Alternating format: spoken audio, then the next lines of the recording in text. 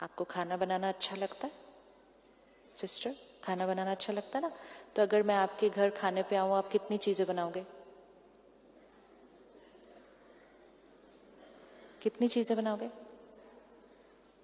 जल्दी जल्दी कितनी चीजें बनाओगे? 5 चीजें बनाने वाली हूं मेरे लिए। क्यों? क्योंकि खाना बनाना उनकी कैपेसिटी है, खाना बनाना उनको अच्छा लगता है। अब मैं प्यार से चली गई, मैंने नहीं बोला था 5 चीजें बनाओ, लेकिन उन्होंने अपनी क्षमता से बनाई, अपनी कैपेसिटी, अपने संस्कार। हमने खाना खाया, बहुत मजा आया। अगले हफ्ते वो मेरे घर आई,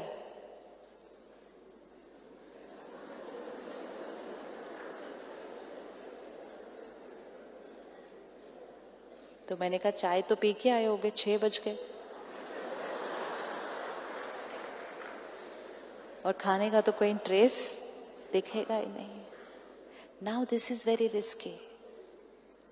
5 चीजें बनाई, किसकी कैपेसिटी से बनाई? अपनी कैपेसिटी से बनाई। क्यों बनाई? क्योंकि वो आपका संस्कार है। लेकिन आपने ये एक्सपेक्ट किया जब आप मेरे घर आएंगे तो मैं भी उतनी चीजें बनाऊंगी, और क्योंकि मैंने नहीं बनाई तो आप हर्ट हो गए, और आपने कहा इन्होंने मेरी डिसरिस्पेक्ट की, इन्होंने बनाया ही नहीं मेरे लिए कुछ। और फिर अगले महीने मैं आपके घर फिर से आई।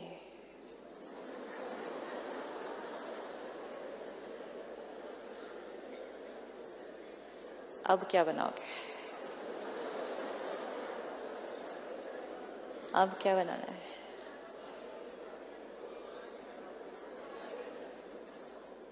अब ये छोटी चीज लगती है ना खाना बनाना, इक्वेशन सारा दिन में देखे हैं। हम जो कर्म करते हैं अपने संस्कारों के थ्रू करते हैं, अपनी कैपेसिटी के थ्रू करते हैं, लेकिन हम एक्सपेक्ट करते हैं कि दूसरे के अंदर भी सेम संस्कार होगा, और अगर दूसरे के अंदर वो सेम संस्कार नहीं होता तो हम हर्ट हो जाते हैं। एंड मोस्ट इम्पोर्टेंट, अगली बार हम अपना संस्कार छोड़ देते हैं। ये कलयुग इसीलिए बना ऐसा, कलयुग इसीलिए बना। किसी एक ने गुस्सा किया होगा पहली बार, सबने इकट्ठे तो गुस्सा किया ही नहीं था कभी भी, किसी एक ने किया होगा। दूसरे ने कहा इसने मेरे साथ ऐसे बात की, मैं भी ऐसे बात करूंगा वापस, तो दूसरे ने किया, उन दोनों ने किया, तो उनको देखकर 5 ने किया, 5 ने किया, 500 ने किया। आज हम इस स्थिति पे पहुंच गए, हम गए ना गुस्सा करना तो नॉर्मल है। ये कलयुग किसने बनाया? किस किसने कलयुग को बनाने में योगदान दिया? हाथ उठाना। मैंने भी। सत्युग कौन बनाएगा? सत्युग बनाने के लिए क्या करना होगा? अपने संस्कारों को, विशेषताओं को पकड़ के रखना। ये एक्सपेक्ट नहीं करना कि जो मेरी विशेषता है वो दूसरे के अंदर भी होनी चाहिए। मैंने उनको हेल्प की, जिस दिन वो प्रॉब्लम में थे मैंने अपना सब कुछ छोड़ा, मैं उनके पास गई, टाइम भी दिया, पैसे भी दिए, सब कुछ किया, और जिस दिन मुझे हेल्प चाहिए थी उन्होंने फोन भी नहीं उठाया। अब अगली बार वो फोन करें, देखते हो।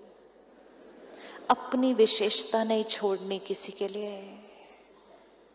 अगर हम सिर्फ अपनी विशेषताओं को पकड़ के रखेंगे सत्युग आ जाएगा, लेकिन अगर हम दूसरों को देख देख कर अपनी विशेषताएं छोड़ते जाएंगे, रिस्की क्यों होता है?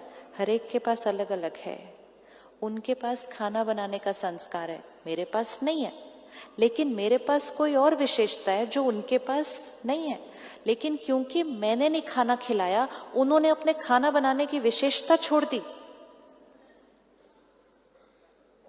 औरों की वजह से अपनी विशेषता छोड़ देते हैं। आजकल कौन टाइम पे आता है? मैंने भी नहीं टाइम पे जाना। आजकल कौन सच बोलता है? क्या जरूरत है इतनी सच बोलने की सबको? इतना एथिकल होने की क्या जरूरत है? आजकल तो बहुत कुछ चल रहा है। दूसरों को देख देख कर अपनी विशेषताएं, क्योंकि हमने एक्सपेक्ट किया जो मेरी विशेषता है वो सबके अंदर होगी, ऐसा होने वाला नहीं। एक्सपेक्टेशन नेचुरल है? एक्सपेक्टेशन नेचुरल है? नहीं। तो क्या नेचुरल है? एक्सेप्टेंस, कि उनकी विशेषता मेरी विशेषता अलग, उनका संस्कार मेरा संस्कार अलग। जब ये क्लैरिटी आ गई, मिसअंडरस्टैंडिंग का कोई कॉन्सेप्ट ही नहीं रहेगा। Misunderstanding means I don't understand your संस्कार। Do not try and understand people's संस्कार्स। हम सबके संस्कारों को नहीं समझ सकते।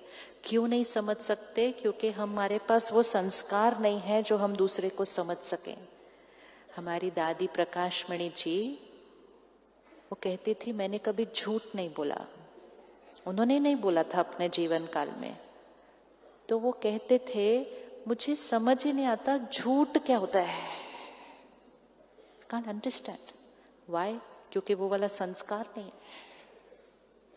तो जो संस्कार मेरे पास नहीं होगा, मैं उस संस्कार को कभी अंडरस्टैंड नहीं कर सकती।